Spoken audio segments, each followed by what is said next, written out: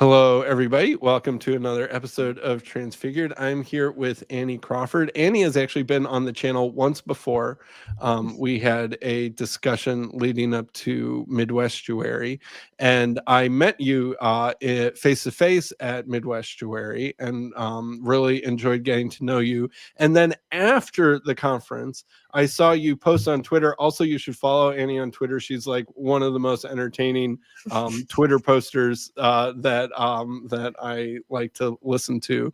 And I saw you post some stuff from your Substack that was related to the topic of teleology and evolution, which is, something that I like to harp on in my channel. And I already liked you and I already liked your stuff. And I was very excited to find that we also had this other whole overlapping interest. And I was like I said before the microphone was on, I was just like shouting in agreement with every paragraph that I read, and I thought you were articulating things really well and really sharply. So I think that we'll mostly be focusing on that question today. But Annie, do you want to tell us a little bit about your background and what you do now and how you became interested in these sorts of things? Yeah, sure. Thanks, Sam. I'm excited to talk with you. It was a real treat to meet you at Midwestuary and to start to connect, these online relationships or people that we talk to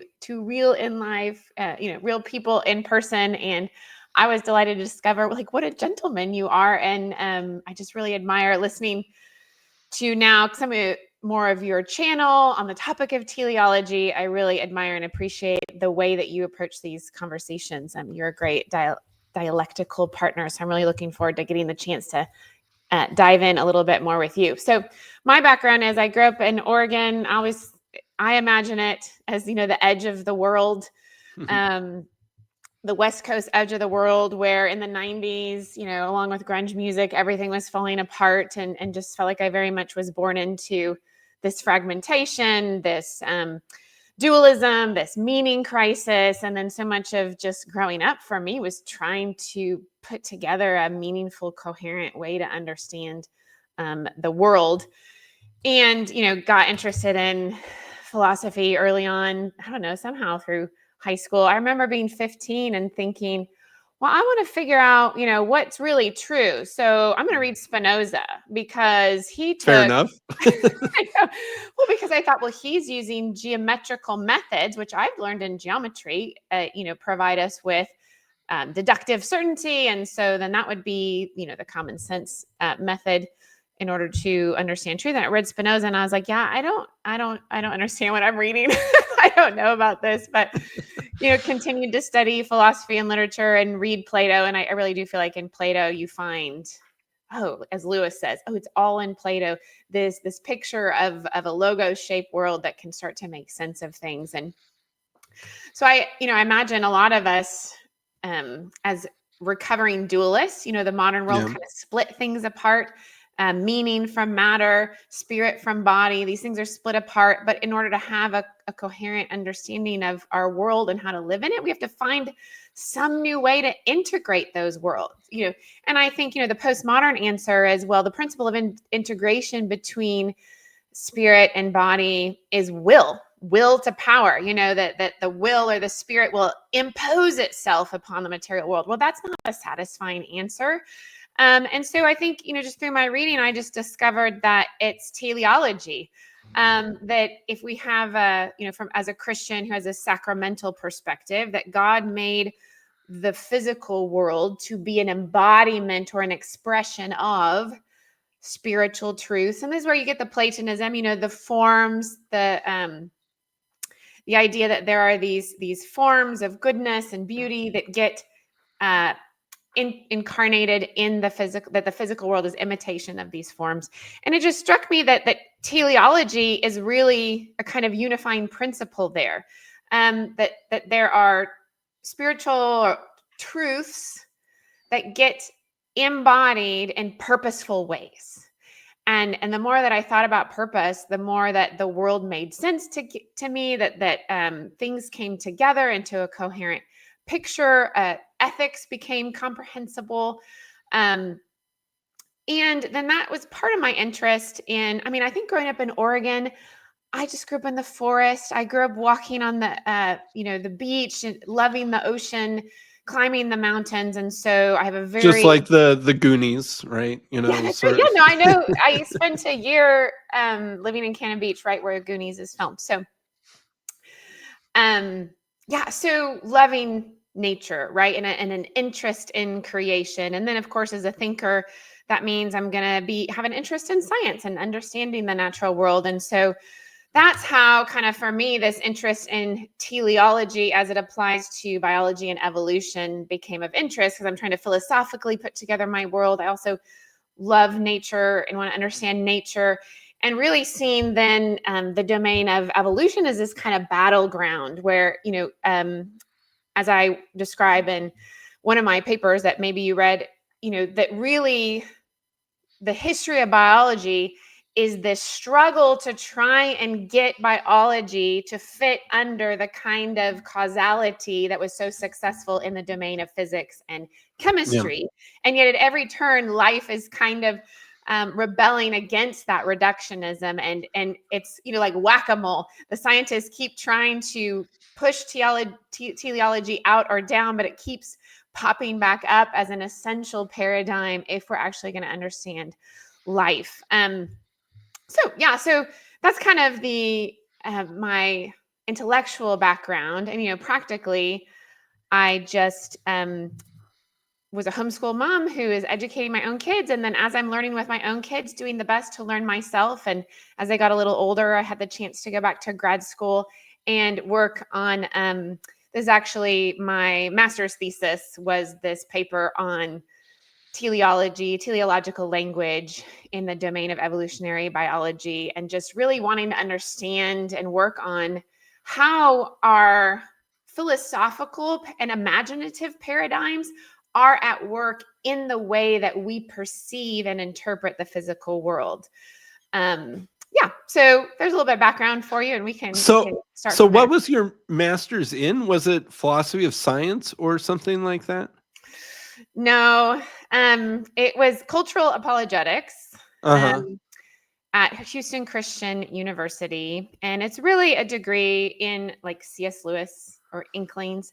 Sure. So you have your traditional apologetics, which I know you've, I was listening to your conversation with Vervaeke, and this idea of apologetics is kind of courtroom debate or argument or, warfare. And that a lot of people are realizing, maybe there's a place for that. There's a place for rigorous argument, but it has limited fruitfulness. And that was something that C.S. Lewis experienced in his own life. He actually has 2 degrees in, he has 1 degree in philosophy, and he was a professor of philosophy for a year.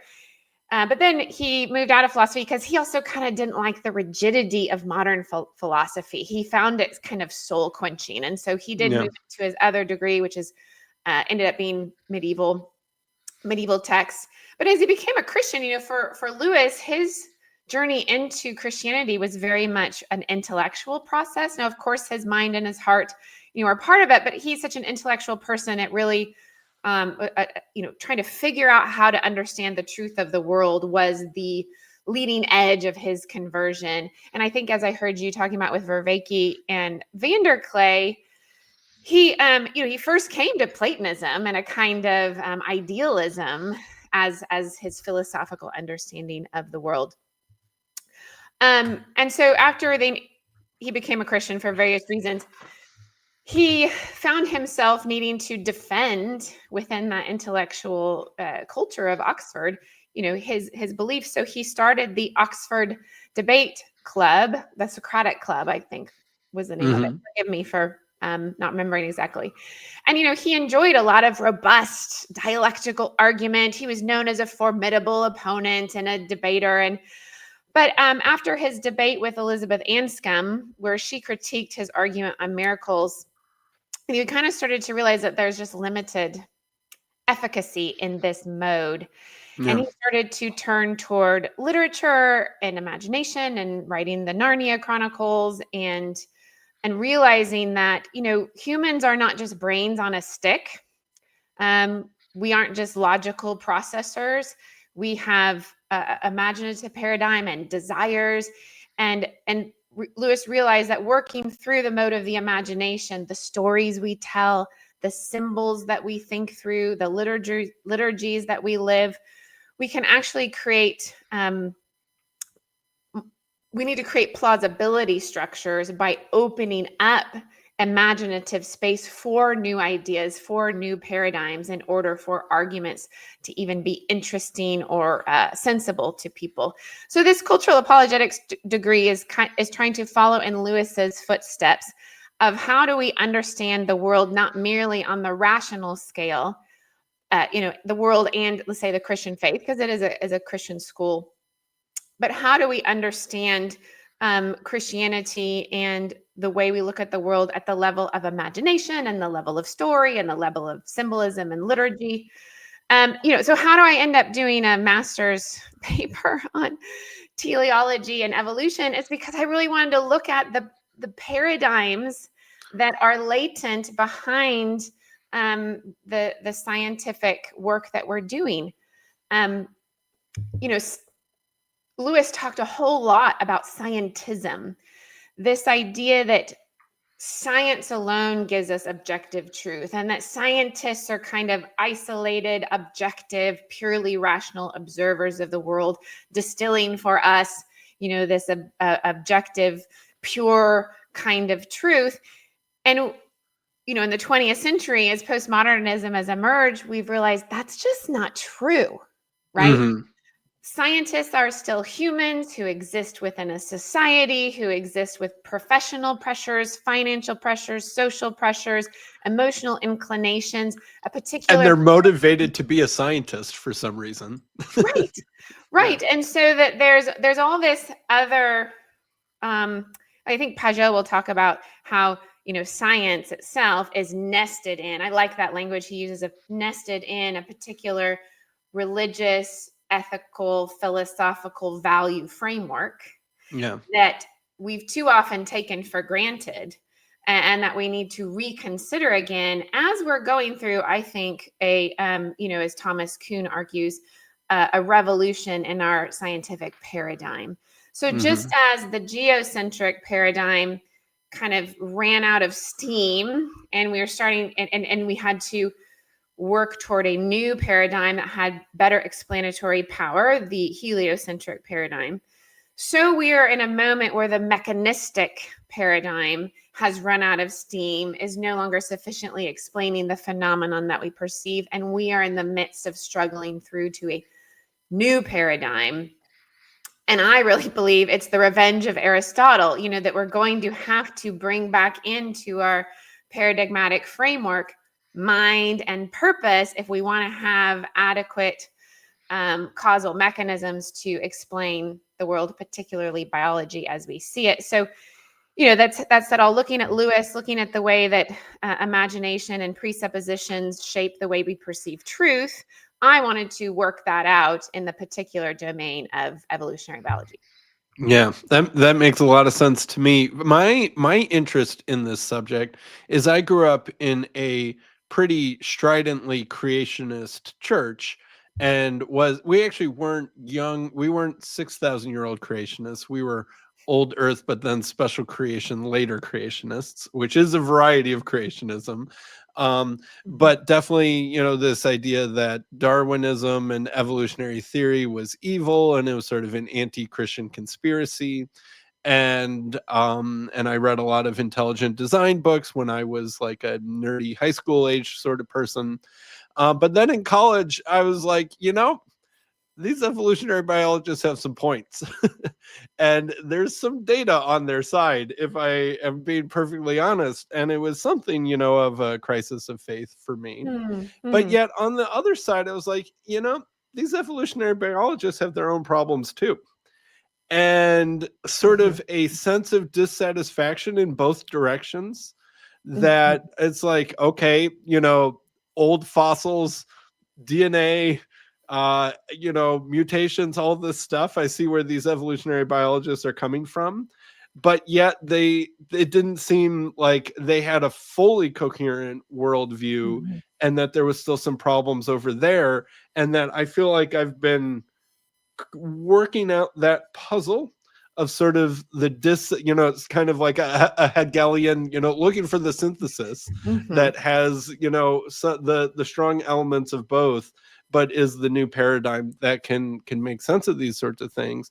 And that was really what led me down this idea. Well, really the blind spot of evolutionary theory seems to be purpose. And like what you said, that there was this, well, I guess I'll let you explain that. What do you think happened when we why did we lose two of Aristotle's causes, and what were sort of the ramifications and shortcomings of that? Yeah, I think, we have to use our imagination to put ourselves back in the 17th century and to really feel the wonder at the power of Newtonian explanations. And what scientists did, beginning with let's say Galileo and Bacon and Kepler and Newton, and you had this frustration with medieval explanations because they would feel tautological. Why does fire go up? Well, because it's an upgoing thing. Why does you would just name the essence as the explanation for what it does. And, that's maybe poetic and all, but it doesn't actually give you any kind of predictive explanation. And it was, I think, in the domain of astronomy, right, where we're trying to understand the motions of the stars without just adding more epicycles, more retrograde motion, more variable speed. In order to get the numbers to move, you would have Venus speed up and slow down for no reason other than we need Venus to do that so that the math works, right? Yeah. And so there is a sense of this kind of ad hoc and tautological causal structure that was more and more pervading that paradigm, and the need to, let's say, set aside formal and final causes because they were kind of muddying the waters. And at the same time, mathematics advancing to the point where it could describe motion. This is Newton's great discovery. So, so you had, sorry to go back this far. Please do.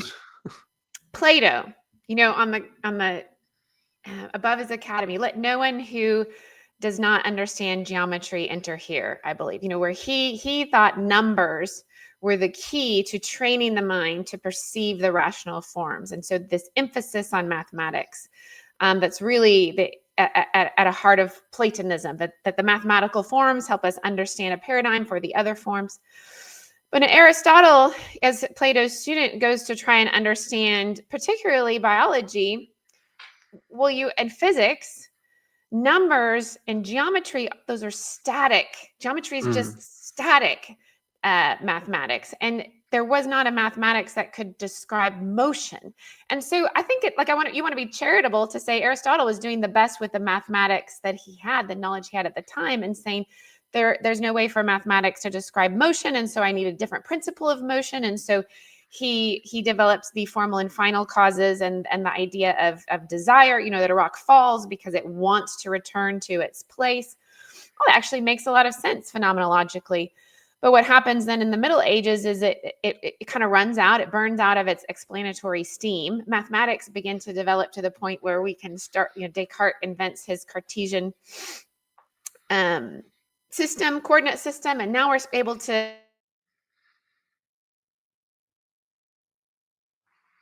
And so we isolate teleological causes, formal and final causes, because we find that efficient and material causes do a better job explaining motion for us. And as soon as that paradigm shift happens, all of a sudden knowledge just begins to expand and grow and expand and grow. And Bacon in England develops these institutes of science, which apply that knowledge for the good of society. And we begin building engines and all of this stuff. And so it makes a lot of sense that we want to take this scientific method and this mode of causality and continue to apply it to greater and greater domains because it is shown to have so much explanatory power. And what you have is but biology continues to resist that we can't use mathematical models to predict what life is going to do, because life does not seem to follow this kind of mechanistic functionality the way that non-living things do. And so you have the physicists and the chemists, more and more taunting the biologists as mere stamp collectors, and the biologists wanting to be real scientists too, who can, create a law-based framework in order to explain their domain of living things. And so this is why Darwin was so influential. The time was ripe for someone who could come up with a plausible law that would govern and give a coherent explanation to the domain of biology. And so that's why we got rid of final and formal causes, is because they were muddying up our ability to understand and explain non-living motion. And then they proved so powerful, so effective, that biologists and anthropologists and psychologists were all tempted to try to apply the same structure to living things. And I think what I argue and what you seem to have discovered too is but it's just not adequate.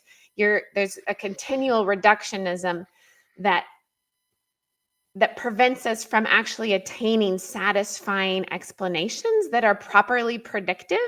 And that's why we're in this moment right now where a lot of biologists, such as Michael Levin and others, are looking for a new paradigm, new mechanistic causal explanations that can actually give us adequate descriptions of what life does and why. Yeah.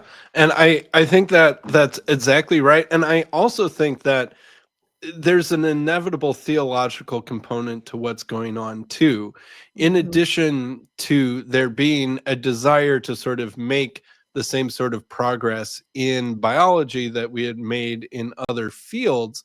I do think that especially by the mid to late 1800s, there was this kind of also theological or anti-theological desire to get rid of anything that still seemed to require something like God or metaphysics or supernaturalism to explain things. And like, especially right around the 1860s, this kind of new, I guess it was the old atheism back then, it wasn't the new atheism yet, but a newly available atheism that was like, oh, we had been able to get rid of God in so many areas, but we couldn't get rid of him in life yet. Yeah. And now Darwin finally allows us to be able to get rid of him when it comes to biology and life and understanding where we come from and why we are the way that we are. And now we can be finally rid of any obligations or constraints that we might feel that God has over us or that we might owe to him. And so I do think that that was a strong motivation in this process as well. Yeah. I mean, I love what Lewis says at the end of, pardon my pen falling, the discarded image. And again, this is why, following Lewis's lead, I was interested in thinking through this topic where he says that actually evolutionary paradigm via Hegel and the philosophers came first. Because as we were experiencing the scientific revolution and then the industrial revolution, and the power that mastery over physics and chemistry was enabling us to exercise over the world, that experience of power and growth caused us to begin to think about the world in terms of progress. You also had this sense that reason was progressing through rationalism. And so, again, the imaginative temperament of the late 1700s, late 1800s, 19th century was adopting this progressive view. Look what humanity is doing through reason alone. God recedes more and more into the background as an unnecessary or a superfluous hypothesis. Theism moves to deism, and then deism kind of falls off the back, and agnosticism or then atheism. And Lewis, he says the demand for this developing world, a demand obviously in harmony both with the revolutionary and the romantic temper of that 19th century, grows up first. And then when it is full grown, the scientists, like Darwin, go to work and discover evidence on which our belief in that sort of universe, which we already have, could now be held to rest. There's no question here of the old model being shattered by the inrush of new phenomena. I think he means a teleological model there. The truth would seem the reverse, that when changes in the human mind produce sufficient disrelish of the old model and a sufficient hankering for this new one, phenomena to support the new one will obediently turn up. Now, I don't mean that these phenomena are illusory, but nature has all sorts of phenomena in stock to show us and can suit many different tastes. And so then he also likens, our theories to these templates.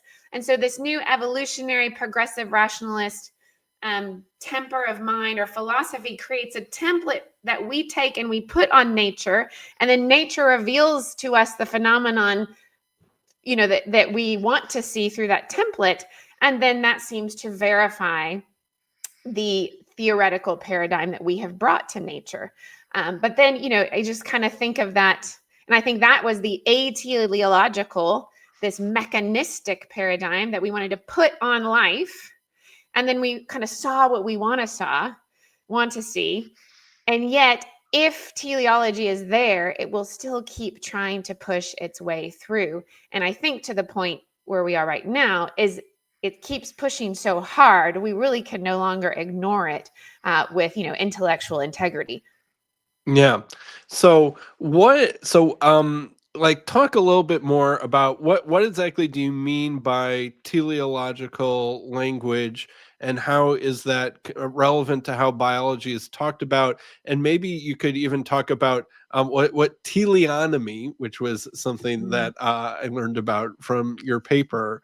And because I think another big aspect of your paper is that while it's a lot about biology and teleology and stuff, it's also very a philosophy of language kind of argument also in many ways, as much as it's sort of a scientific argument. So if you want to talk about what do you mean by teleological language and how does that relate to teleonomy? Right. So thanks. I come to this topic, as a generalist, who's who has the most experience, yes, in philosophy, general philosophy. And so I don't have, mastery of the technical aspects of the scientific arguments, but always kind of, again, looking at the philosophy, the presuppositions we're bringing, and then part of that is this philosophy of language, to realize that scientists work not just through mathematics, but through descriptive language. And so we should probably pause and think about our philosophy of language and how language functions as a truth-bearing medium, if it is language we are using in order to make our scientific arguments. And so drawing from C.S. Lewis and Owen Barfield is really, C.S. Lewis gets his philosophy of language from Owen Barfield. And what Owen Barfield notices as a philologist and looking back at the history of language is that the roots of most languages are very specific in terms of that people in ancient languages would speak in this way that didn't separate the thing and the metaphor. So, you think of the word spirit, breath, it meant both breath and spirit at the same time. And so observing this, kind of historical philology, Barfield argues that our language, the meaning of our language, comes from our embodied physical experience of the world. And so we have really two kinds of words. We have words that are concrete. So the finger, this is a word finger, that would refer to this concrete reality that I can touch and feel and experience. And so that's a concrete word. Then we have our, let's say, abstract concepts.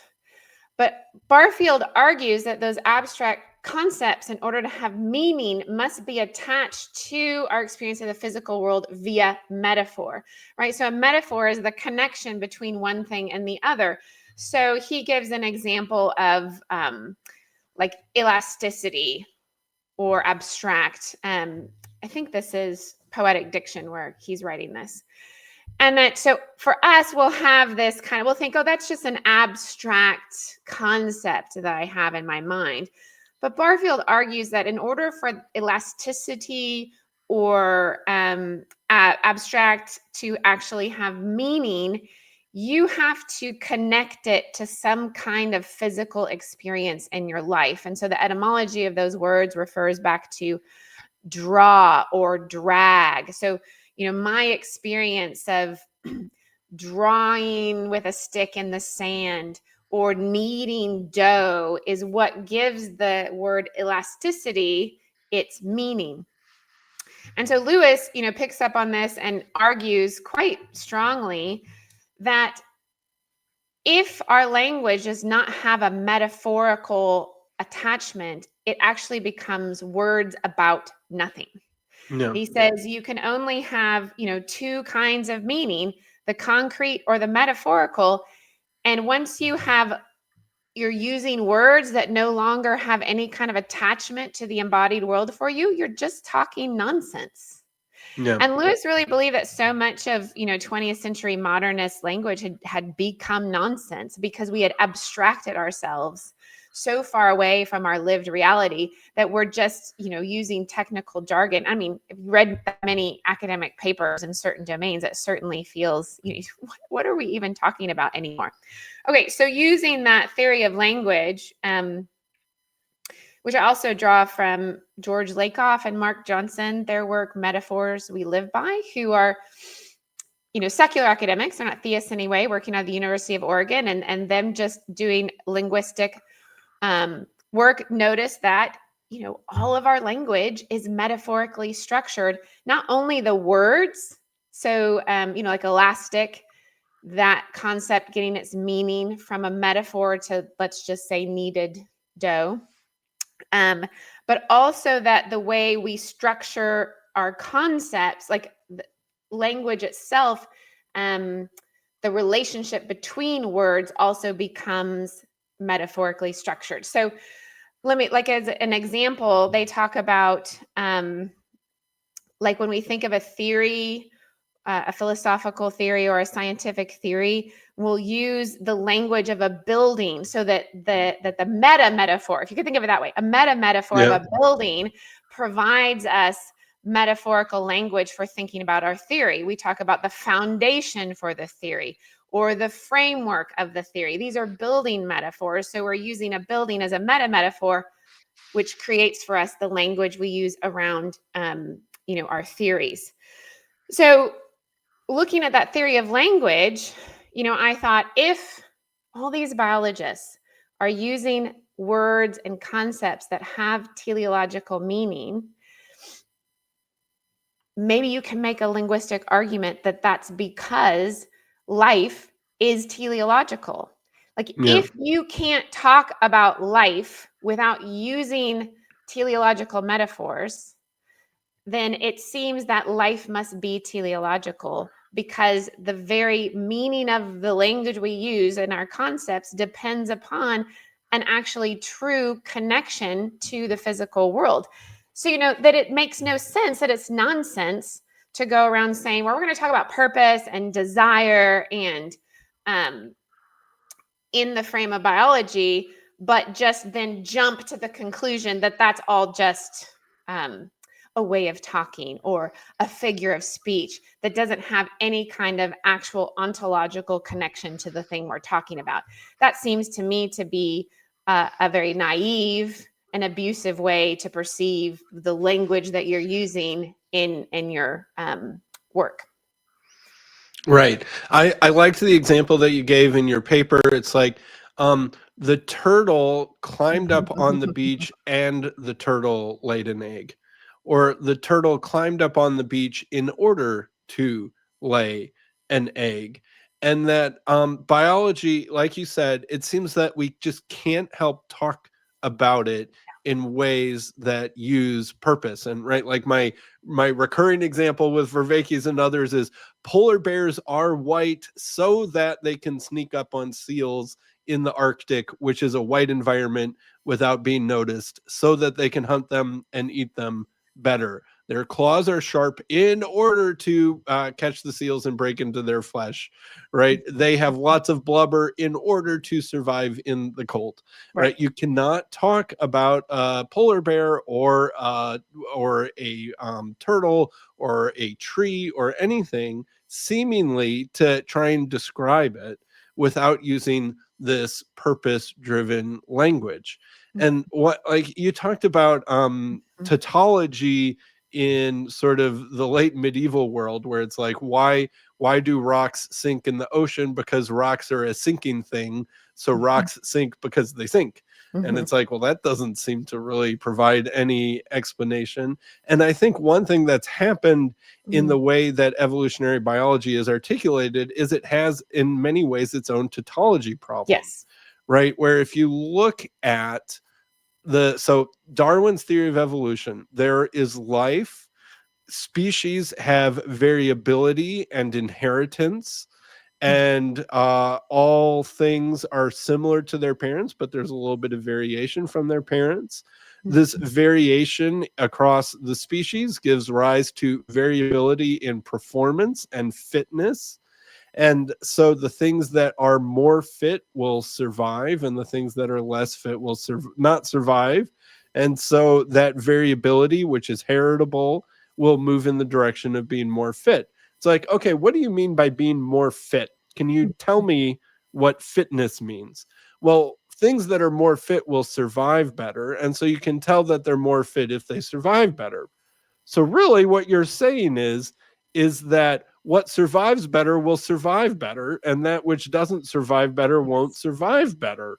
It's really just a way of saying what will be will be. It's a tautology. It's a rocks sink because they sink statement. And that it seems vacuous of meaning unless you can connect it to something like teleology or purpose. Yes. Yeah, I think about this a lot. It is my main frustration, as I feel like a lot of I do see like so let me be positive. Evolutionary paradigms, I think, are very fantastic and helpful in terms of adaptive variability. Describing and explaining the way in which an organism can adapt and respond to its environment, and really useful and helpful in that way. But when it comes to predictive explanations, right, that's what tautologies begin to fail at. Yes. And so what you'll have is, well, sometimes an organism will adapt and survive. Sometimes it won't. And the evolutionary explanation can't predict that in any way. All it can do is, after it happens, create a post hoc explanation of how it did happen. Yes.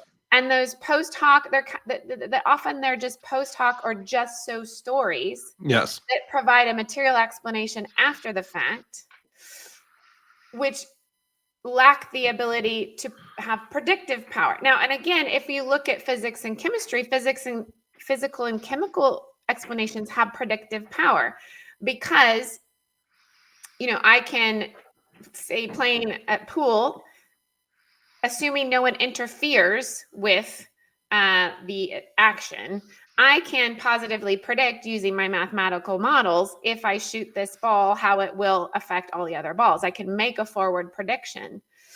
But biology can't do that. It can only make these ad hoc predictions after the fact. And this is because I believe that life has life in it. Yeah. That there is mind, and there is spirit, and there is agency. And while you can make maybe some generic kind of predictions based off purposes or psychology, or I mean, this is why sociology doesn't work very well.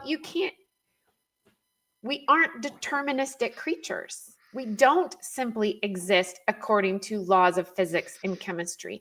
There is such a thing as mind and spirit and agency. And so I was trying to think of a metaphor that might explain this. That if you have an invisible pianist, okay, we can imagine a keyboard. Try this thought experiment out with me and tell me if you think it's helpful. We have this keyboard and we can see its physical keys and its physical motion as it's being played by an invisible pianist. Okay, now, and once the pianist, let's say the invisible pianist plays a Bach preludium, we could, after that preludium is over, create a mathematical model based only on material causes to explain the pressures and, the number pattern and all this. We could explain it materially after it happened, Mm-hmm. but we could not predict it having happened. Yeah. Because even what all we see is the material aspects, yet there is a purposeful, intelligent agent acting upon the material world in ways that are not merely mechanistic or determinative. And that's the domain of life. We can look at after the fact and create a chemical explanation. Let's say I get very emotionally upset after some event. Okay, you could track with a scanner and maybe some blood work or something the chemical and neurological patterns after the fact. But what you're looking at is like the invisible pianist playing the piano. You're looking at the way that me as a spirit and a soul and a mind acted upon and within my embodied stratum. But Mm-hmm. you could not predictively create a model that would tell you what I would do next time. Yeah. Does that make any sense? Yes. And one of the things that I agree with you that Darwinism did do something. Like it was an insight of a certain kind, and it did offer some powerful explanation and increased comprehension of what was going on. So in that way, I don't think I or you are saying that Darwinism was a complete nothing burger. Right. But I think that it is often misunderstood as what it was, and that it was used in a manipulative way or in a sort of a self-contradictory way by many of its supporters and proponents. And I do think that something like what was going on is like you described with that sort of history of science and history of ideas stuff, is that when we did just concentrate on mechanics and material, we were able to sort of filter out some of this, I don't know, medieval obfuscation and come up with some insights about like, oh, hey, mathematical laws. And oh, hey, we can make predictions. And even better than making predictions, we can get things to happen the way that we want. We can build Yes. gears and levers and engines and all this sort of stuff. And these simple rules allow us to gain more, I don't know, power, leverage, I guess is maybe even the right word, over the world. And so it's not just predictive, we can use it prescriptively to accomplish our goals more effectively because of this. And that was helpful, but then life was sort of like not conforming to that. Mm-hmm. And it seemed as if we were in this weird place where life required some, it was like, I think that there was some sense that was kind of mistaken that life was in complete defiance of material cause and in complete defiance of mechanical cause. And that's not true either. Like life is still operating in the same world. Like there are atoms, there are molecules, there are these processes that are mechanical and are material involved in what life was doing. It's not like there was some anti-material or anti-mechanical Mm-hmm. thing that was going on, and that was sort of what was being argued because of our inability to explain life. And what I think Darwin's insight was, even though it was misunderstood, was to reintegrate the teleological cause with mechanical and material cause and show the harmony between them. But really, that was mistaken as then no longer needing the teleological cause. Okay, so you see Darwin as trying to include the teleological. Or at least that's the proper way to understand what he was saying. Yeah. Even though I think he was mistaken, even by himself, perhaps, and many of his most enthusiastic adherents, as eliminating the need for it. I feel like what he really did was help bring harmony between the scientific new interest in material and mechanical cause and the older ideas of teleological, and I would also say formal cause too. Because we could also say that biology doesn't make sense without formal things, because what's a species? It's a bunch of things that look like the same form, right? Like that's what a species is things that share a form. And so it is both a reunification of the teleological cause and the formal cause with scientific interest in the other two causes as well.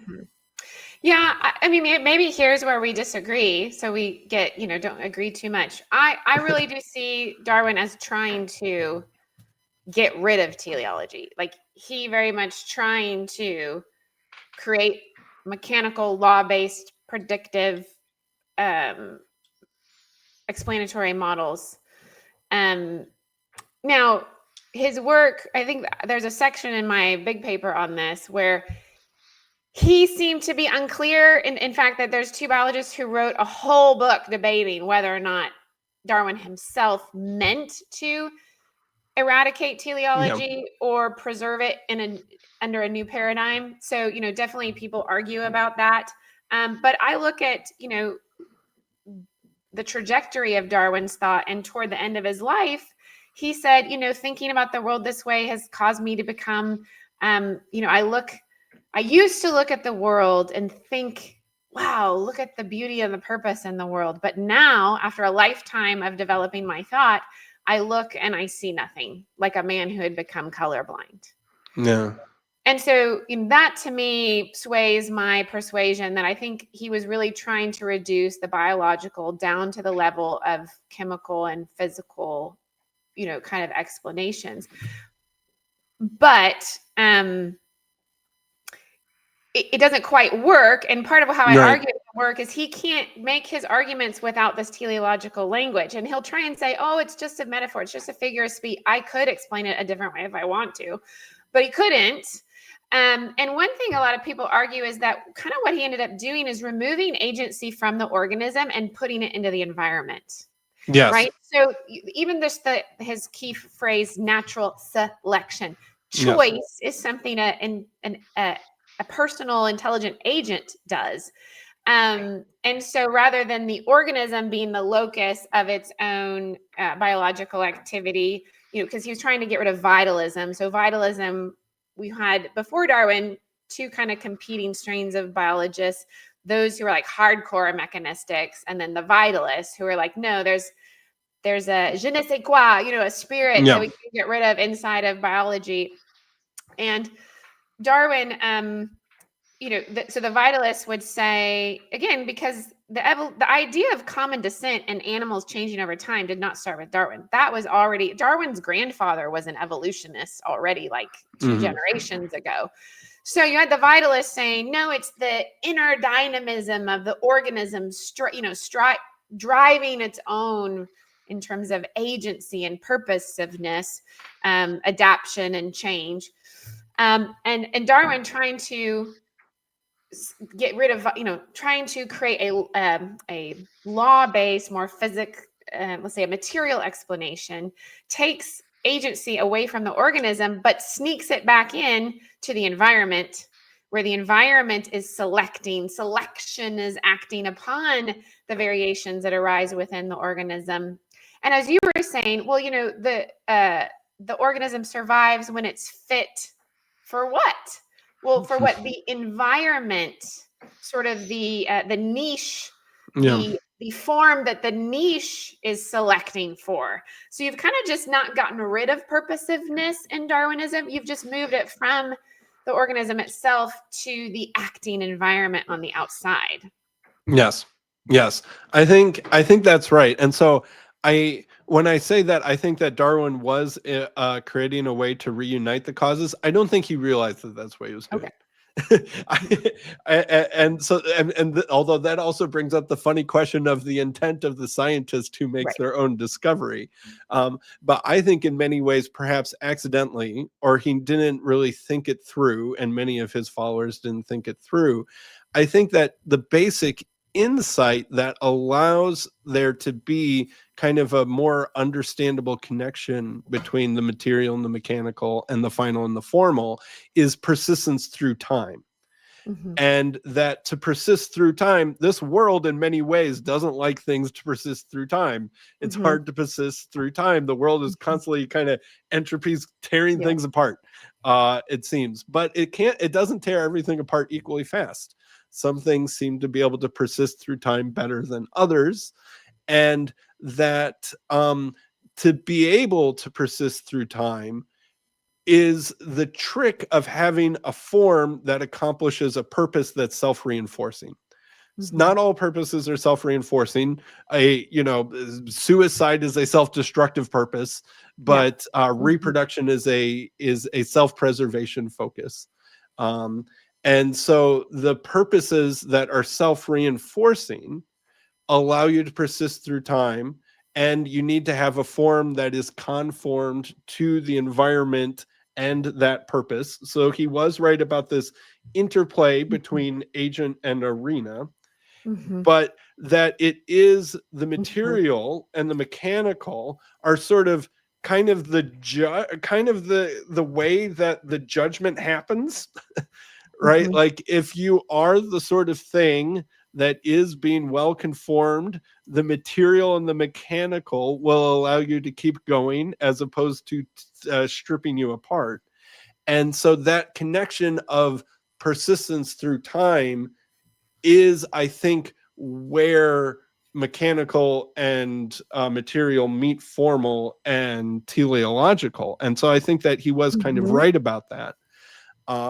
And so you don't, in some sense, kind of need this kind of peculiar, unexplainable je ne sais quoi vitalism, because the things that do persist will persist and those that don't persist won't. And so you will get increasingly persistible things.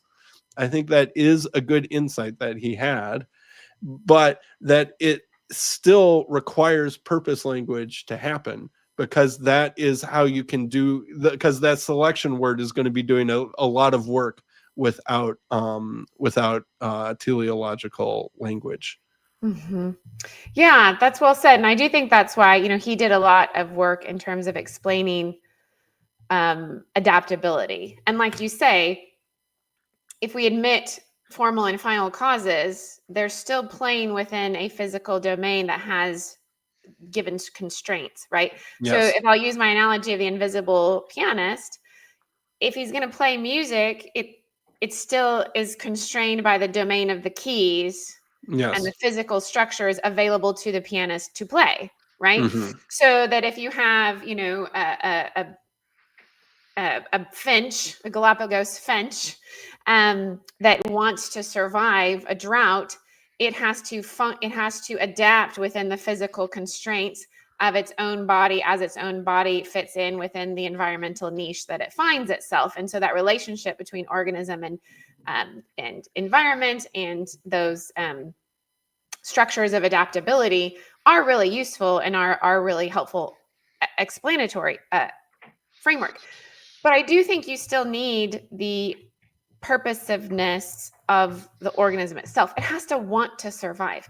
So this idea of homeostasis is really important in biology because, one way we could define life is that non-living things are passively subject to entropy.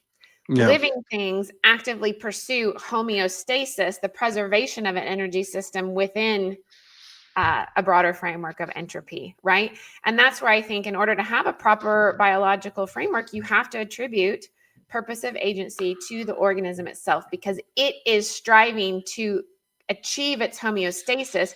And that's going to be what would drive its adaptive response to the environment.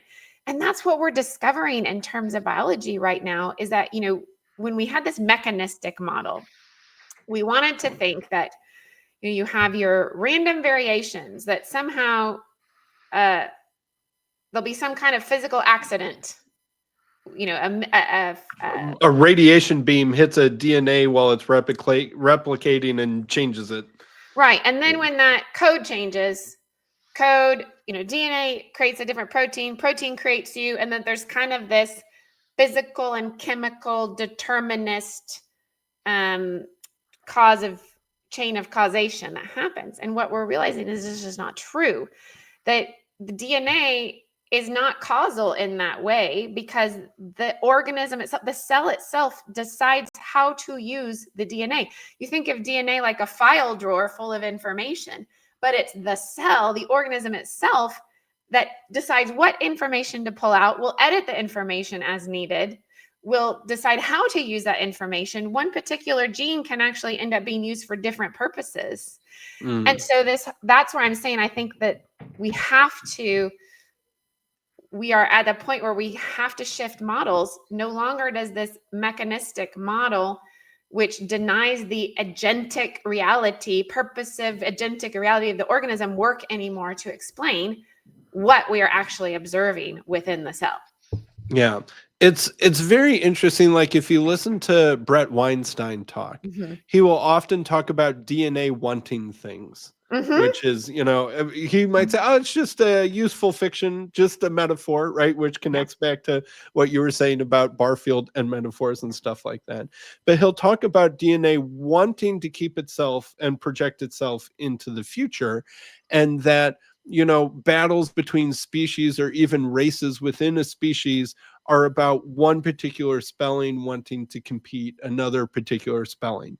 And I think one thing to always understand about Brett Weinstein is he's always scared of a second Holocaust. And so that's always how he's kind of focusing and interpreting the world, where the Aryan Germanics wanted to outcompete the Jewish Germans because they had slightly different spellings than the Jewish Germans and stuff like that. But here's the question to Brett Weinstein.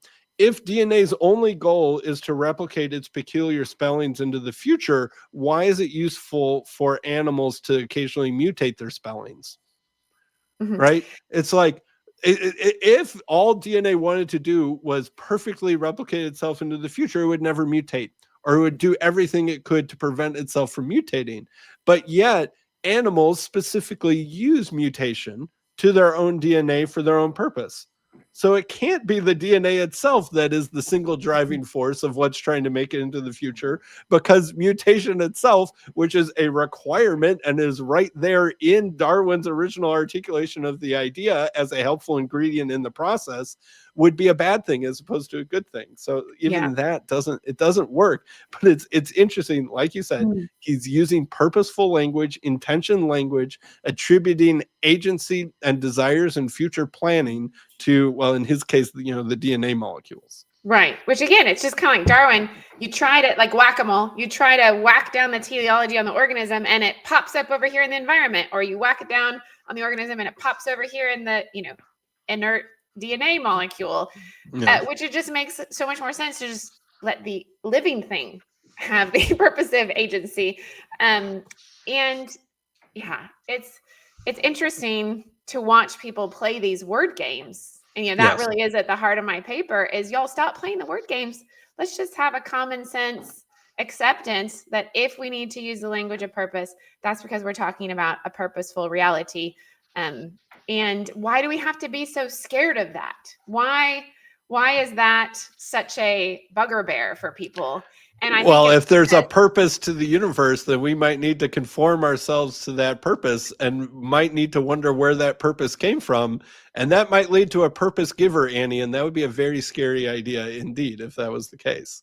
Yeah, exactly. Well, that listening to one of the conversations you had with Vervaeke, it caught my attention that he doesn't want turtles all the way down on in purpose. So, I was like, maybe you could help. I wondered if it would be fruitful or interesting to talk about this, because it seemed to me that he'll accept purposiveness. Well, basically, I think he is like Ernst, is it Mayr, and the teleonomic that Vervaeke is trying to say, yes, we see teleology and purposiveness in the world, but it doesn't go all the way down. We can isolate a gap where purpose, gap, and then the substratum is an ateleological, non-purposive, neutral mechanistic medium, out of which purpose emerges as a kind of epiphenomenon or secondary characteristic. Now, in biology, this teleonomic, this attempt to say, okay, we see purpose in life, we use this language, we have to, it's essential to the domain of biology, but let's redefine it. Because when we say teleology, that tends to make people think there is a logos, a ontological, metaphysical basis for this purpose. So we'll create a new word, teleonomy, and that new word will alert people to the fact we're talking about something a little different. We're just talking about emergent purpose. Emergent purpose, it doesn't have roots down in the ontological or the metaphysical. And how they justify that teleonomy within the domain of biology is by saying it depends upon the assumption that the DNA code is this program. It's this physical substratum. You have just chemistry, physics, and molecules in motion and chemistry that combine into this lump of molecules. But then out of that lump of molecules emerges a purpose. But there's no, gosh, let me see if I can find some of these quotes for you. It's a purpose that emerges, but not from a purposeful origin. Kind of idea. Yes. I think that is so incredibly insightful of you, Annie. I've been thinking about this for a while, and I still feel like I haven't really had a chance to have this conversation with Vervaeke yet, that he seems to keep purpose at this middle level only. Yes. Like you said, it doesn't go all the way down, and it certainly doesn't go all the way up. It's sort of like this thing that meets in the middle, but it's only there. Mm-hmm. And that purpose is for autopoietic beings, which I would agree with. Mm-hmm. But it's not any higher or any lower. And it is sort of this, I don't know, maybe an epiphenomenon or a emergent sort of thing, but that, and he does certainly want to give more reality to purpose and teleological language than, say, Brett Weinstein or someone like him. But he doesn't want to give too much. And I think it's strange because he, the most common self-classification that he'll give of himself is as a Neoplatonist, mm-hmm. right? He'll, sometimes he's a non-theism. He's got other words that he'll label his philosophy and theology with, but Neoplatonist is the most common and seemingly the most central. But Neoplatonism loves the idea that purpose goes all the way up and all the way down. Mm-hmm. At least historical Neoplatonism does. And so he's very much at odds with the Neoplatonic tradition to try and keep purpose here, but not here, purpose here, but not here. And I think it's just super easy to be like, purpose is just something that scales in both directions, right? Like, obviously, the purpose of an individual is in some sense to persevere through time, and that I can have sub-purposes, right? Like I drink water when I'm thirsty, I eat food, I sleep because I'm tired. Those are things that are at the level of, like, say, an individual day or at least a couple days. But then I can have longer purposes, like I am getting this master's degree, which mm-hmm. will take me a couple years, which will help my career, which will then pay back over the course of decades, right? Like, so I can have purposes at a higher level and purposes at a smaller level. But then the question is like, I'm not just trying to keep myself alive because I know I'm going to die. Mm-hmm. So I have children, right? And that is at a purpose that's now suddenly higher than myself, right? And so purpose does meet at the individual level in a very special and particular way, because that's the level of an agent. But you can't explain even the level of an individual agent for just autopoiesis, because an individual agent will die. Right. And so you have to then have lineage level purpose, Okay, and then there's species level purpose too. What's the purpose of a human being? What's the purpose of a polar bear? What's the purpose of an oak tree, of a beetle, of a turtle, right? They all have different purposes. Okay, and then there's the purpose of an ecosystem, right? So it seems to go down all the way to an individual decision that I make, to bigger decisions, to decisions above me, and decisions all the way up. So it just seems like a mathematical truism. If there's purpose at one level, which he agrees with, and you can have purpose at the next level, which is something he agrees with, then by inductive proof, purpose goes all the way up and down. Yeah. But he really seems to resist that. And I don't feel like I understand why he resists that, or have a persuasive argument from him why he resists that. And I find it interesting because he'll accept the idea of the Platonic good, as a kind of apex of the cosmic hierarchy, let's say. But then I believe I heard him say, again, want to try and be fair. I think it's, I really respect Vervaeke, and I think what his work is fascinating. But I think he said, if God is the purpose, okay, that purpose is oriented towards an end, okay, and that means that the purpose has a goal, and the purpose has a goal, but then the goal, like God couldn't have a purpose himself. So it can't go all the way up or all the way down.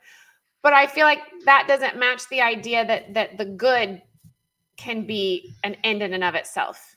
Right. But basically, and I'm a big fan of Aquinas and his 5 ways, and these arguments that say you can't have an infinite regress. There has to be an uncaused cause, an unmoved mover, a good that is good in and of its own sake, and a purpose that exists for its own sake. That the purpose of all things is to participate in the life of God and life of, he is the telos itself. So I don't understand why that logic would work in terms of when you use the language of the good, but it wouldn't work in terms of language of purpose or an end in and of itself. Right. It's and so he seems to be like, it's just a very, it's just the teleological argument, right? Things have a purpose. There must be a source, purposes keep going up, but there can't be an infinite regress of purpose. Right. Exactly. There has to be the thing whose goal is in and of itself. Right. And I feel like he's just sort of rejecting that move or something like that. And it's like, I don't think that any real thoughtful Christian thinks that God exists for some purpose higher than himself. He is the source of purpose. I think one thing I said to him, but maybe it didn't register, I didn't articulate super well. God doesn't have a purpose, but he has purposes, right? Because and that was that switch between there's something above him that gives him purpose, to the sense that he's the source of all purposes. Exactly. And that as you go up the chain, right, as you go down the chain of purpose, things get either smaller in time or smaller in space, right? Like I take a sip of water because I'm a little bit thirsty now. All right. But I also have a plumbing system in my house because I know I'll be thirsty in the future. Right. So the plumbing system is bigger than the individual sip of water, because it's a bigger scale. Right. And so as you get bigger and bigger across both time and space, the description of purpose gets higher and higher. And like, he's like, well, life itself doesn't have a purpose. I'm like, no, the purpose of life is purpose. And I don't think it gets bigger and bigger and bigger. And then what's the biggest thing is the source of purpose itself. And yes, God doesn't have a purpose, but he is purpose itself. And exactly. I think that, and honestly, I don't like to psychoanalyze people, especially when they're not present to defend themselves, but he seems to be resisting the idea that there's something that would have leverage or purpose, or I don't know, calling or authority over himself, right? And wants to keep it more at that individual level, so that purpose is something I control rather than something that might control me, or something like that. Right. And that is I think, characteristic modern paradigm, that we traded meaning for power. Yes. Right. And that rooted in all of us as recovering modernists is this the modern desire to perceive the world in such a way as it gives us power, agency, and control, Lewis talks about this, that for the men of the ancient men, they sought how to conform themselves to the order of the world, and the modernist seeks to conform the order of the world to himself. Mm-hmm. And so, just to say, as all of us born in this kind of modern world, we're all kind of born into an ethos and an imaginative paradigm that inclines us, and as well as from a Christian perspective, being a human sinner, we're all kind of born with this inward curvature of the heart and this desire to perceive the world in such a way that gives me control over my life, because surrender is terrifying. Yes. To surrender myself to an outside order and an outside agent and an outside purpose really is, as Kierkegaard says, it takes a leap, and it is an existentially formidable and terrifying move to make in life, right? So I have all the empathy. I think that ultimately leads to a kind of joy and freedom we can't imagine on the other side of the leap.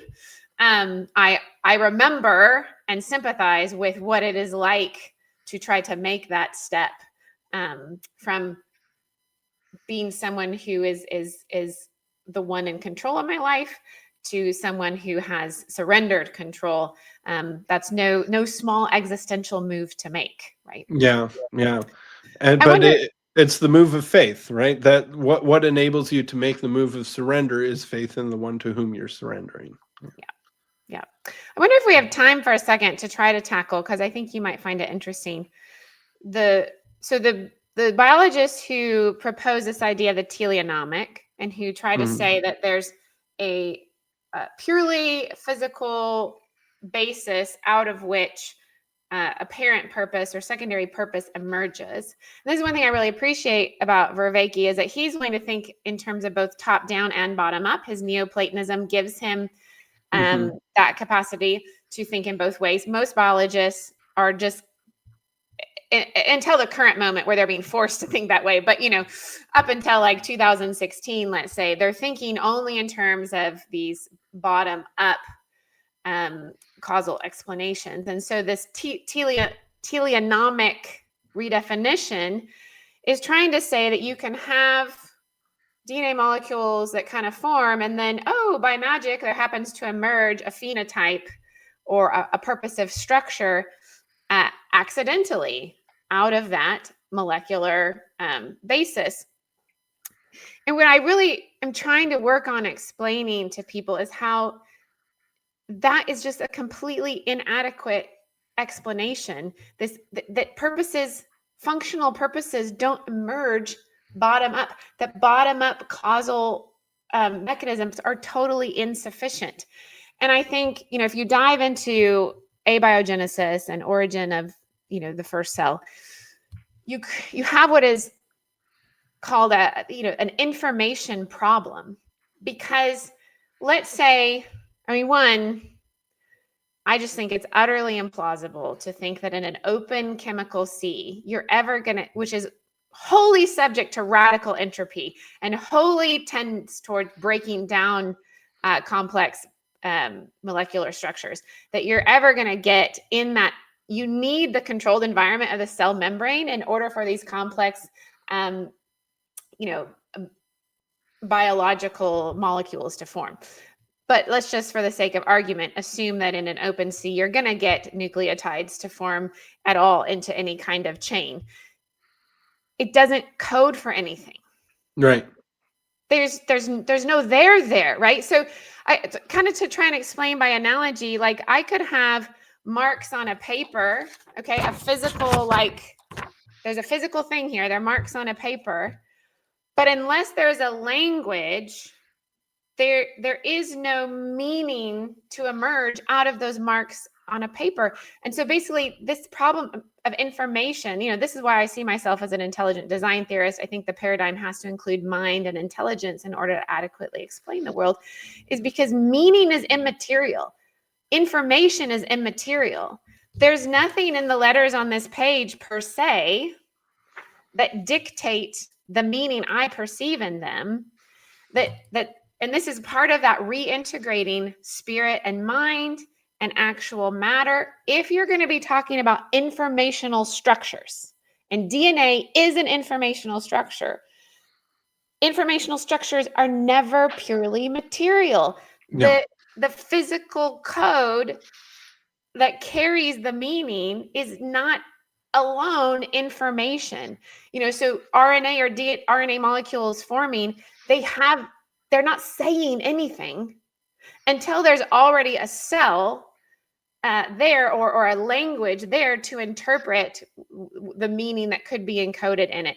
And another way to think about this is that, okay, so if you understand the way that DNA information works, you've got your DNA stored in your information stored in the DNA, and then that gets transferred to RNA, and then that gets transferred to a different RNA. I can't remember the two different RNAs, your transfer RNA, Yeah. anyway, there's two different ones.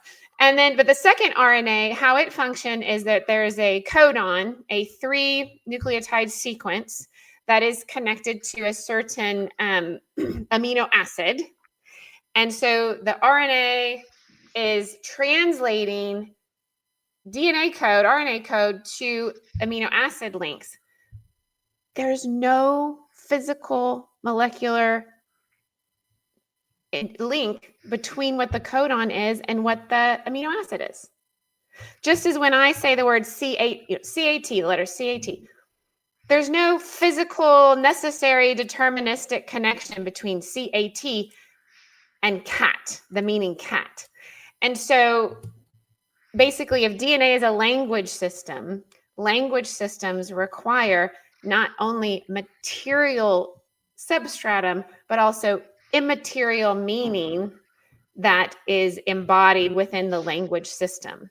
Is that making any sense? It makes absolute sense to me. And it's very related to what you were talking about with metaphor and meaning, right? Yes. You were talking about how there's two kinds of words. There's concrete words and abstract words, but there needs to be a relationship between them, and that relationship is metaphor.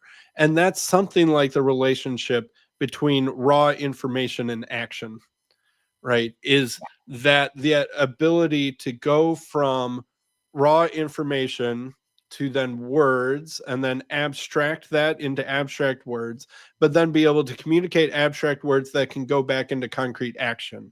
Right. And I could talk about artificial intelligence, right? I think that that's one of the things that it lacks, right? All it has the ability to do, all these LLMs can do, is generate words, but they don't have that ability to go from word to action and action to word, which is comprehension or metaphor or meaning or whatever you want to call it. Yeah. Yes. Okay. I'm glad that made sense. And I'm still just working on how to explain this to people, because I feel like once you see it, then you can't unsee it. Yeah. And another way I think of describing it is,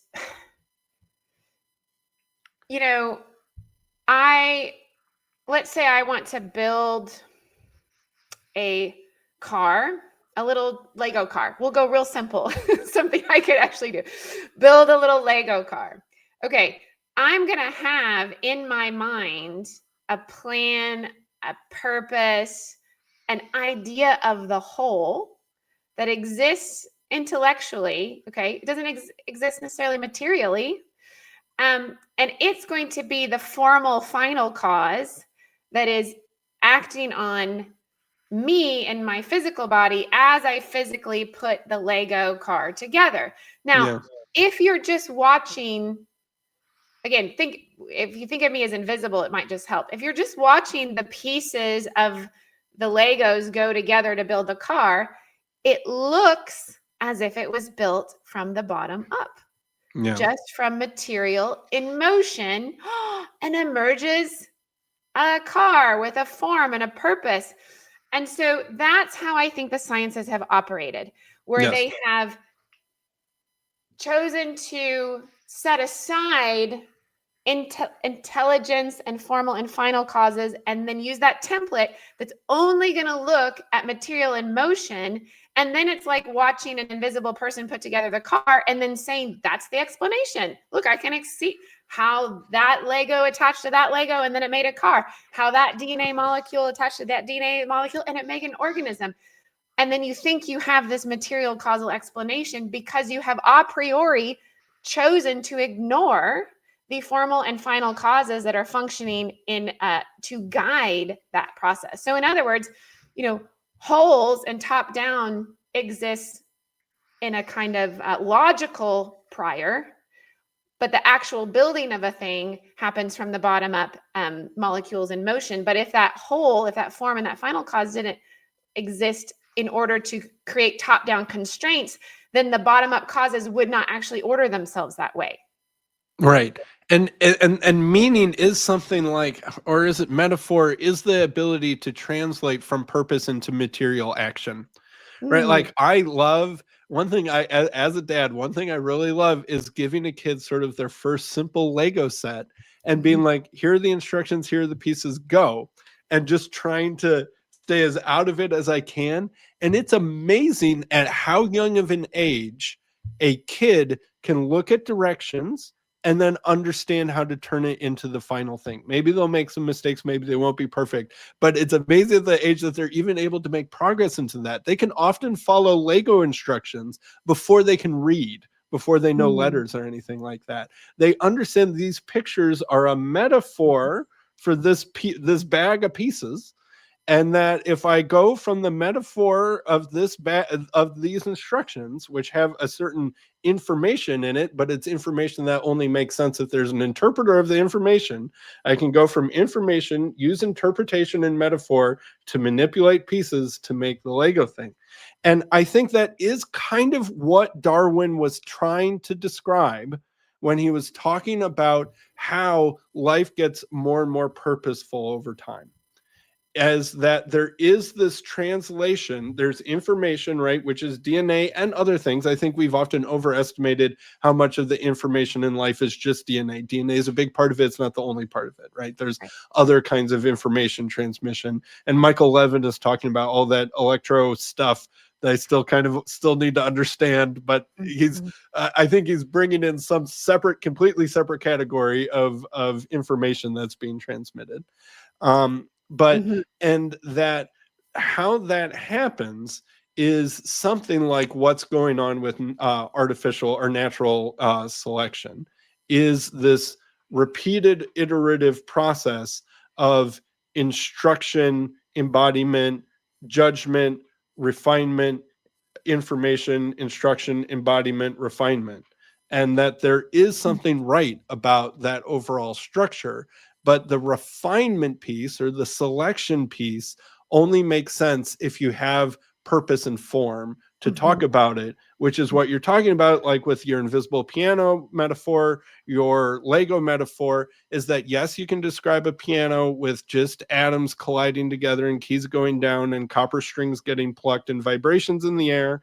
Yes, you can describe a Lego set out of being made out of plastic atoms and stuff like that, but you'll never explain why it happened or why you're observing anything at all, or be able to make any predictions without being able to go back and forth between those two idioms. Yeah, that pulls a lot together. That's well said. Yeah. I guess one question I still have is this vitalism question. I still wonder, is there a ghost in the machine? Like it is like I fully agree with teleology being absolutely necessary to talk about biology in any meaningful way. But does there need to be a ghost in the machine? Does there need to be a vitalism? Is there still a je ne sais quoi left at the end? And I don't know.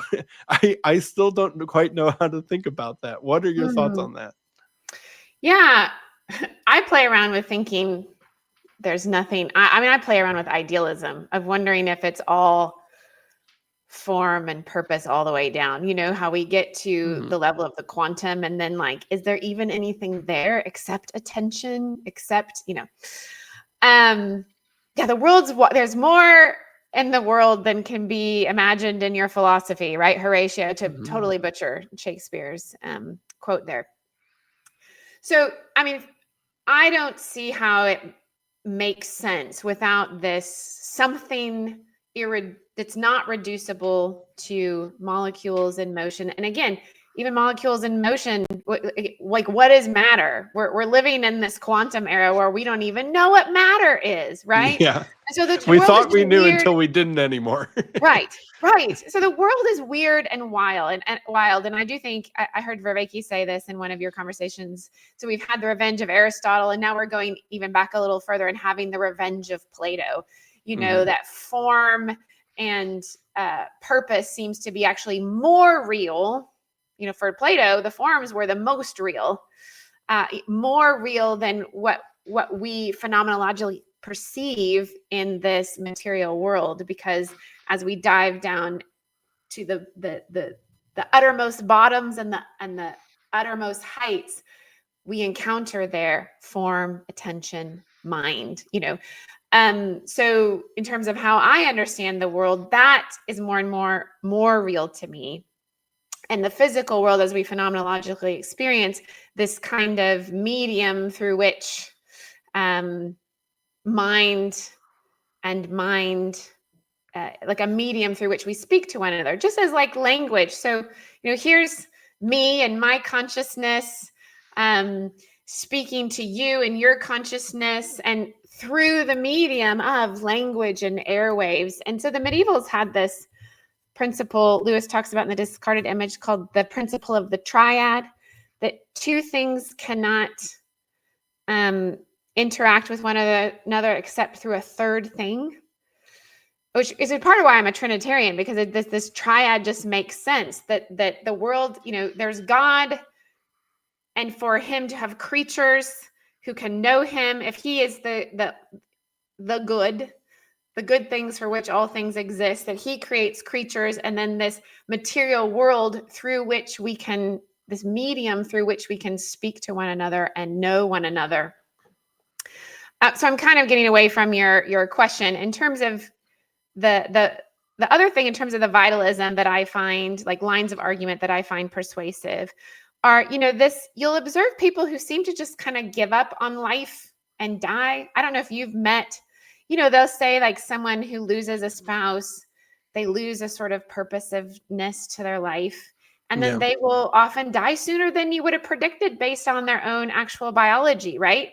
What's the difference between a dog that's alive this moment and then dead the next moment? Because all the molecular structures are there. What's the difference? The difference is that je ne sais quoi, that soul, that mind, all these different words we use to try and get at that je ne sais quoi, something else that seems to be the thing playing upon the material stratum in which we live. You also think of, like, I just find a lot of these stories persuasive of, people near-death experiences, death and come back to life experience. They were dead for 5 minutes and then they're able to come back and remember something that wouldn't be materially explainable. So all these evidences for this kind of other thing that seems to also exist and animate, just to me makes the most sense of the data as I perceive it. What do you think? I don't know.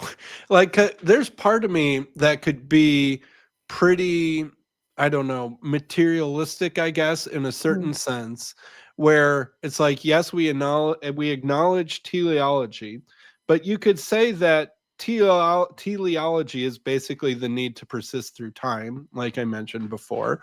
And one could not accept that challenge, but then you'll die. And one could accept the challenge, and then you might have a better chance of living. So it just happens to be the case that we have more things that seem oriented towards long survival, because that's exactly, that in and of itself would be selected for.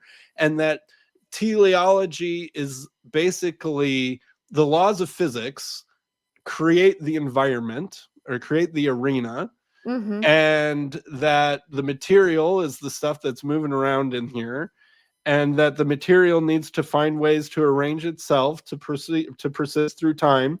It doesn't need to, that's optional, but like I said, if you don't, you won't exist, and if you do, you will. And that form is basically the solution to the puzzle, that is, how do you arrange matter to meet a purpose, that's what form is.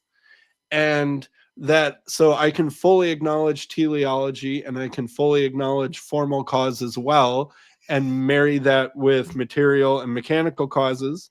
But then there doesn't need to be a je ne sais quoi there, that maybe neurons are just part of the arrangement that happens to work and solve these puzzles, and that our minds are something like, who knows, the thing that happens when neurons do what they do. And that agency is somehow bound up with particular brain structures, and that agency and self-awareness and self-consciousness are part of the puzzle solution that helps you persist through time. I can imagine something like I don't know, it's still kind of a materialism, but it acknowledges the other causes as well, but it doesn't have a vitalism or a soul or some other sort of anything other than that. But then the biggest problem with that is like, so where do the laws of physics come from?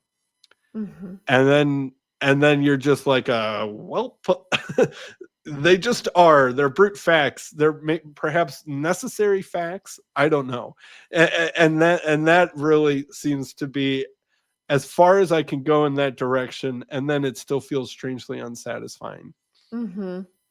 But even in your language, as you're describing that, there's a something that's wanting to persist or not, because it's the nature of mere material, non-living, let's say, beings to just be determined by Mm-hmm. outside forces. And so if there's any agency, desire, all of those things are the language of a reality that is not reducible to these deterministic mechanical processes. I So you're kind of agree. blurring your language. It requires indeterminism. I think that evolution requires some kind of indeterminism and maybe it's just quantum things are a mix of random and patterned, right? There's right down there at the quantum level, there's those quantum events where it could be this way or this way, and it's just a coin flip. But that there's also mathematical structure. So it's like there is at the very bottom, there is a combination of structure and math and physical laws and indeterminism. Where that indeterminism comes from, I don't know. But if we just go with that, then you can have agency being something like a mind's ability to use indeterminism within perhaps the quantum events inside your mind to explore different possibilities and learn and adapt, and that the will to survive is just part of the solution that helps something keep going, right? It's useful to have a will to survive and want to go, because if you do, then you'll be even more likely to persist than something that doesn't have that particular will. And that agency, self-consciousness, rational thought, planning, all of these things are just part of the puzzle that's been slowly pieced together, because that's the best solution to self-persistence or something like that. But I do agree you need something like agency and indeterminism to get there. Yeah, but agency isn't, I mean, rocks don't exercise agency. Agency isn't a reality that exists on the mechanistic scale. All right. And I would need to have something like a mechanical kind of agency that was something like, if you put neurons together in such a way, you can exploit quantum indeterminacy and put it to use towards directed goals or something like that. It would need to be something like that as the way to solve that particular conundrum. But I don't know what that is, or if it's possible, or if that's complete nonsense. And I'm also just trying to steel Yeah. man a possible train of thought. But I find it pretty unsatisfactory in many ways too. Yeah. And I think, in terms of this idea of top-down causes, formal causes, it seems to me there has to be a dimension that exists outside of, the temporal march of material and efficient causes in order to picture, imagine, perceive a whole that then guides the temporal material action in a building, let's say. Like that purposiveness and planning and imagination seem to in some way work outside of the space-time dimension. Yeah. If that makes any sense. Yeah, the reality of mind and Yeah. comprehension, like you were talking about, as the way that as the thing that can go from information to Mhm. action, Mhm. that seems fundamentally mysterious. Mhm. And like Mhm. it does seem like it needs something outside of materiality, and that seems something like intellect and or soul and or spirit. Mhm. I tend to agree with that. Yeah. You know, Lewis in have you read his essay, A Meditation in a Tool Shed? No, I haven't read that one. It's very short, and it's, I think, really helps you understand a lot of C.S. Lewis in the way that he looks at the world. And he gives this analogy of, let's say you're in a tool shed, and there's a like a window, and so it's all dark in the shed except for a beam of light coming into the window. And he says that I can stand kind of in the darkness of the shed and look at the beam of light, and I can see the beam of light, and I can count the number of particles of dust floating in the beam of light. And for him, this is analogous to this analytical mode where I remove, can think of McGilchrist, maybe left brain. I can grasp this beam of light as an object that I pick apart into the number of molecules, and I can measure the shape of it. He says, but then I could move myself and step into the beam of light so that I am in the beam of light and I'm looking through it, and the whole shed changes. And what I actually see is the blue sky and the green tree through the window, and see a bird on the branch of the tree, and looking along is a completely different experience. And so I think this might be the right brain, the experiential mode of knowing, the subjective, that I'm experiencing this as a kind of a whole experience.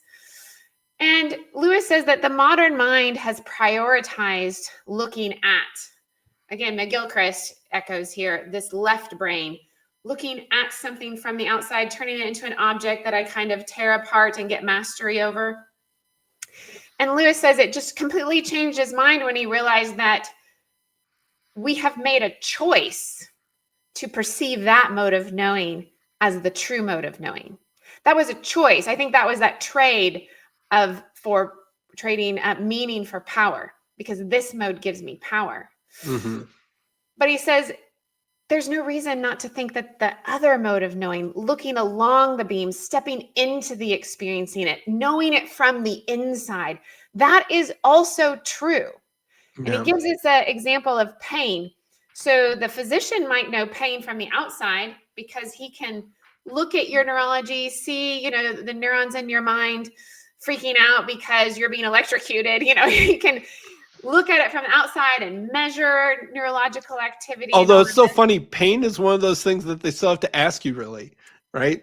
When you go to the doctor, right, they ask you what on a scale of 1 to 10, what's your pain like today, right? And so Lewis's point is, I could measure that neurological activity, let's say, or I could measure the sweat on your body, or whatever physical signs you're going to show of pain. But unless I had known pain from the inside, felt it, I wouldn't know what the hell I was looking at on the outside. Mm-hmm. And so this is Lewis's point of view. You might analyze, psychologically your daddy issues or whatever, but you don't know what you're talking about unless you felt it from the inside. And he says, we've chosen to prioritize this objective outside way of knowing, but it's led to a dead end. We have to return to seeing inside subjective experiential ways of knowing as also legitimate forms of knowledge. And, he's not trying to swing the pendulum the other way. He says we need both, because sometimes subjective knowledge can lead us astray.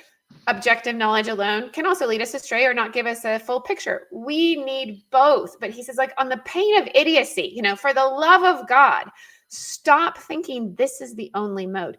this matters too. And for me, that has a lot of persuasion in terms of this vitalism or this, what is the most obvious evident thing to me if I give credence to my inside knowledge that I have a mind and I have a soul and I have agency and I have desire, and those things are not reducible to the imposition of physical forces from the outside. Mm. That is our common sense, everyday experience of being a human and of being alive. And that mode of knowing is totally legitimate too. And we've just, for some insane reason decided it wasn't. Yeah.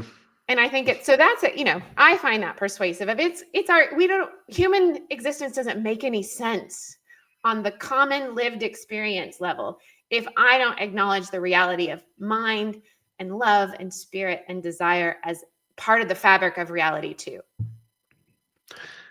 Amen. I can't think of anything to say in addition to that. I thought that was well said. I think that might be pretty good place to close. Do you have any more closing thoughts or any other things that you want to say before we go, Annie? I just appreciate, again, your open-ended approach to conversation and to trying to, living through this moment where we are going through a paradigm shift. And I, like you, also experience, Kenham creationism as kind of closed-minded and fundamentalist. But I've also experienced a lot of the, evolutionary scientists as their own kind of materialist, Yes. closed-minded fundamentalism. And Yes. it's really a pleasure to be able to, talk to people and dialectically process. How can we be open-minded, open to wherever the evidence leads, multiple lines of evidence to piece together a new paradigm that will help us, better explain the world holistically. So I really appreciate the chance to talk about it. I hope it's been fun for you. Well, thanks. This has been really fun. And I've really enjoyed getting to know you better and to learn more about your thoughts. And like I said, I was really excited to stumble on your academic stuff because it's such a strong area of overlapping interest. And so that was really fun. And I'm sure that we'll bump into each other again in the future. Yeah, till next time. Thanks, Sam. All right.